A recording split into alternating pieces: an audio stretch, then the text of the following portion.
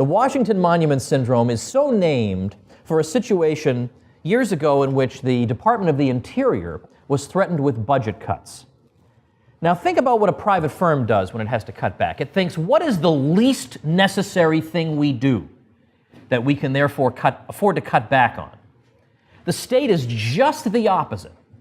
It thinks, what is the most necessary thing, or the thing that the public perceives to be the most necessary that we do, and we'll cut that first, so that the public will do our work for us. The public will say, hey, wait a minute. Look, they're cutting this thing that I love so much. You better restore that whole budget. And before you know it, the budget is restored. So the Park Service said that they were going to close down the Washington Monument. They couldn't find a single pencil sharpener to sell off. They had to close the Washington Monument. And so tourists were all up in arms. Hey, whoa, we wanted access to the Washington Monument. What's going on here? That's their first thought, is what will cause the most visible pain to the public we cut there. And then people were up in arms, and before you know it, the budget was restored. Now, there's perhaps an even more illustrative example of this. During the Cold War, the U.S. government had a defensive position against any Russian attack through Germany. There was a front line covered by a cavalry regiment with light, fast-moving vehicles and good radio interception equipment. And that line was there to give the first warning of any attack. Now, at the same time as this, the U.S. government's military also had military marching bands. And to this day, the U.S. government spends $500 million a year on military marching bands. All right, so the Department of Defense is threatened with budget cuts. Now, on the one hand, they've got this line of defense to keep an eye on whether the Russians are going to attack Europe through Germany. On the other hand, they have military marching bands. Now, which of these do they first think to cut back? The marching bands, they are the safest. I mean, if you want to be in a military marching band, there's no chance you'll ever be fired. Precisely because you are the least necessary thing, they'll keep you forever. The first thing they said was, well, I guess we're going to have to get rid of this. If the Russians sweep into Western Europe, we won't even know it's happening because of you people who want to cut back on the budget. An odd priority. Now, it's not that I'm a big fan of the U.S. military or whatever, but if you had a private firm keeping an eye on the Russians, probably they'd cut back on the marching bands first. That's the Washington Monument Syndrome.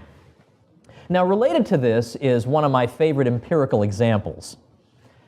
Back in the 1980s, there was an economist with the Brookings Institution, slightly left of center think tank.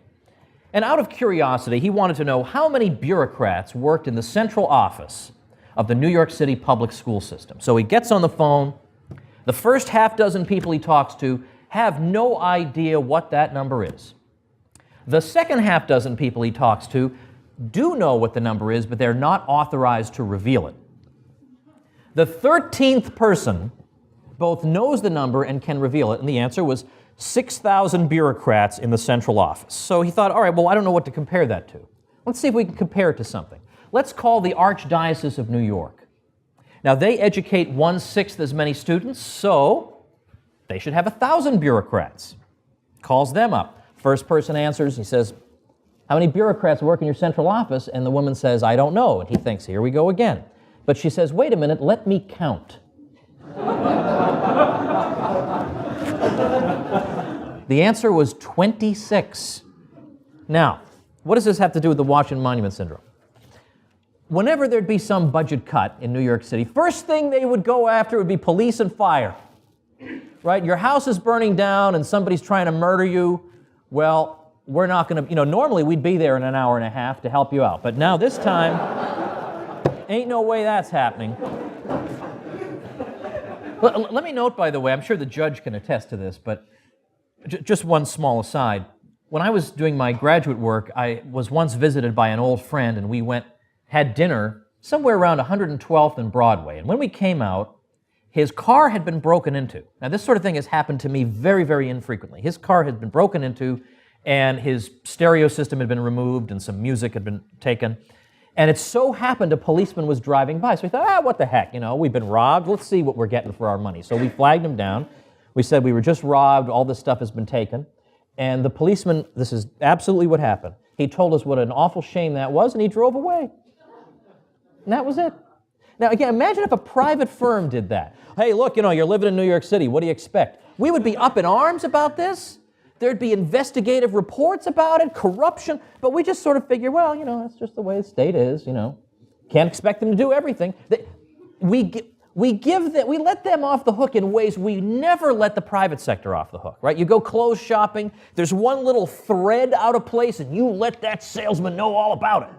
But meanwhile, somebody just stole your stuff, and you're going, well, hey, nobody's perfect.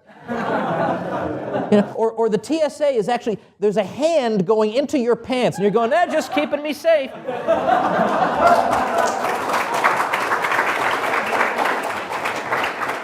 Now, look, I'm all in favor of holding the private sector to high standards, because I know the private sector can meet those standards, but it is worth noting that we have this double standard.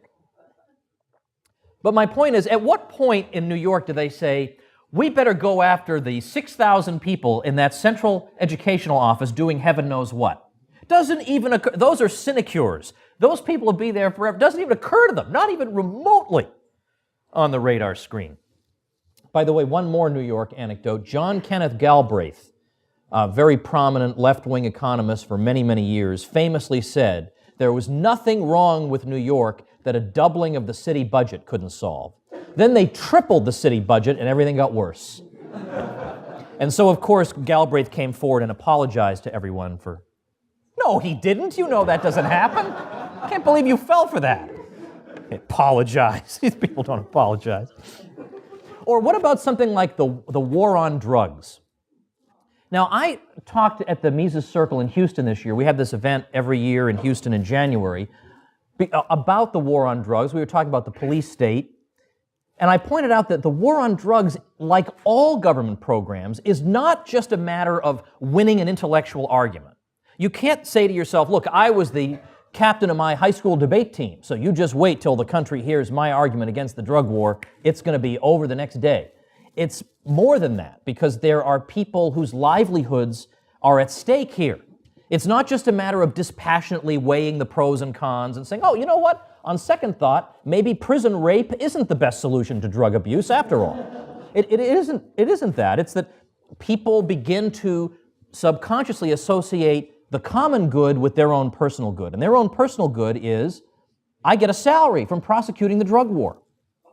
So the bureaucracies to which the drug war gives rise become self-perpetuating. And they're just going to go on forever. So when the budget cuts come along, they'll make sure that police and fire get cut, but these things continue. So it's not just the DEA and the military, but it's also the State Department, the Department of Agriculture, the Bureau of Indian Affairs, the land management. They all get money from the drug war. The money is everywhere.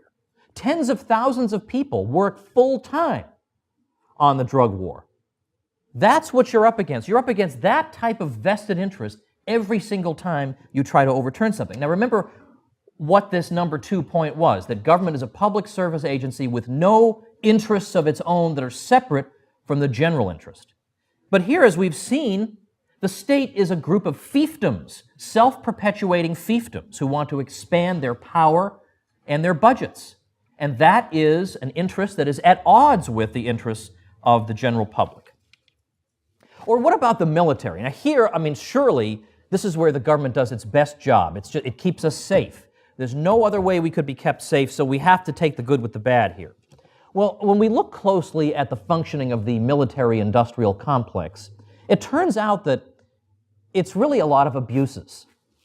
How about that? I have a chapter on this in my hideously titled book, Rollback. I have a chapter on the military-industrial complex. I'm very happy with it. It actually began as a paper at the Austrian Scholars Conference of the Mises Institute, which is now the Austrian Economics Research Conference, held every March. Well, just one of the points that I noted in there is that you notice that the military-industrial complex has kind of a reputation for being wasteful or for developing some weapon system long after everyone has concluded that either it doesn't work or the enemy they were designing it for went kaput 20 years ago. It just carries on. It carries on. No private firm could get away with that, producing a product that no one would voluntarily buy. And yet it just goes on and on. How does this happen? You know, I mean, you might be against it, but you've got to be curious. How do they carry on this racket? And it turns out they have two primary methods that reinforce each other. The first one is known as front-loading. This is a term that is used in Pentagon circles, so they all know what it is.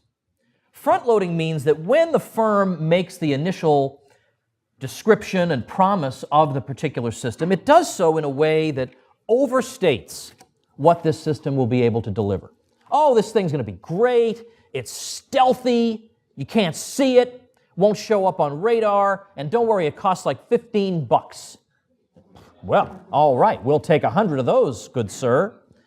Okay, you think, all right, Woods, I don't see how that's going to last forever. Eventually they're going to realize, well, it's not stealthy at all. I mean, it's all over the radar screen. It has a big Hello Kitty sticker on the side. You know, like, at some point, that's not going to work for them. Or they're going to realize it costs $1 million or $1 billion or whatever. But that's when the second plank of the strategy comes in. This is how, once they get the taxpayer spigot opened, they keep it open, and it never closes. The second one is called political engineering. This is when you make sure that you divide the jobs and the profits across as many congressional districts as possible. So many congressmen now have a vested interest in keeping that project going. You especially want to target congressional districts where the congressman is a committee chairman, where he's really influential. Then this thing will never be stopped. Never. It just goes on and on. And you think, now here, this is the most fundamental task associated with government. People who are minarchists will say, I agree with the libertarian, anarcho-capitalist message all the way up to a point, but I know for security we need the state. So here is its most fundamental task, and even here it has interests of its own. Even here it is not just dispassionately looking out for what's best for the rest of us. And then meanwhile, of course, the Pentagon in the US is not subject to audit.